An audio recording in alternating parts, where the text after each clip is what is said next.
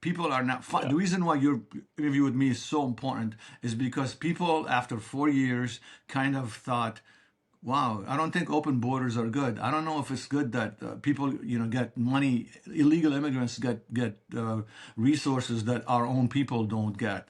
Um, it's not okay to have a bunch of wars going on all over the world. I was embarrassed about the way the Afghanistan withdrawal happened, and my president didn't know what was going on half of the time. So people are paying attention. So how do we take what you're doing and explain it so that they start even paying more attention and hopefully kind of join your movement? Yeah, I mean, if we want to get into the minutia of how this all started for me, I was a freshman at Campbell University. I created a Twitter account once I was convinced Donald Trump was the guy who would be the next president of the United States, the 45th president, and probably the only person who could have beaten Hillary Clinton at that given moment in time. And we prevailed.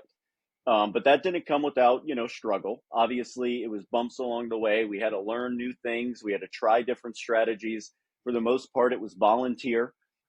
So, traveling across America and, having to figure out different ways to target young people was really the conception of what we're seeing right now. I mean, Turning Were Point you USA were you was, involved? Were you involved in the campaign with the campaign?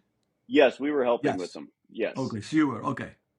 And so one of the biggest things or the biggest hurdles to get over with all of this is how do you message to a younger generation that consumes media? 75% of it, 18 to 35, get it from Snapchat, they get it from headlines in their feed or something that their friend says.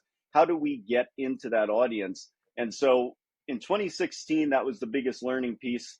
We definitely, won that election with, there wasn't really anything solidified. It was a lot of it came down to people were tired of the status quo. People were tired of what was going on in the United States, the forgotten man and woman, all of those mantras that made up sort of all of the politics we've been dealing with and accepting as a country for generations. That was a slap in the face to that status quo.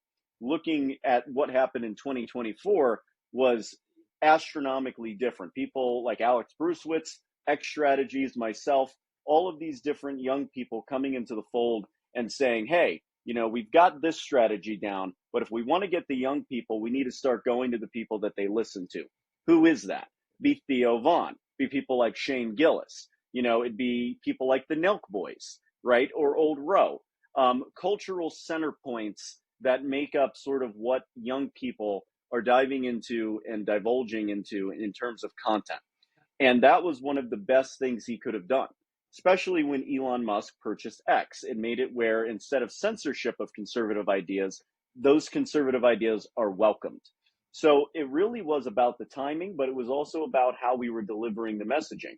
That was very, very critical here. And I know Barron Trump, he has to be mentioned as well because he was a big piece in crafting that and getting an interview with Theo Vaughn and making that stuff happen.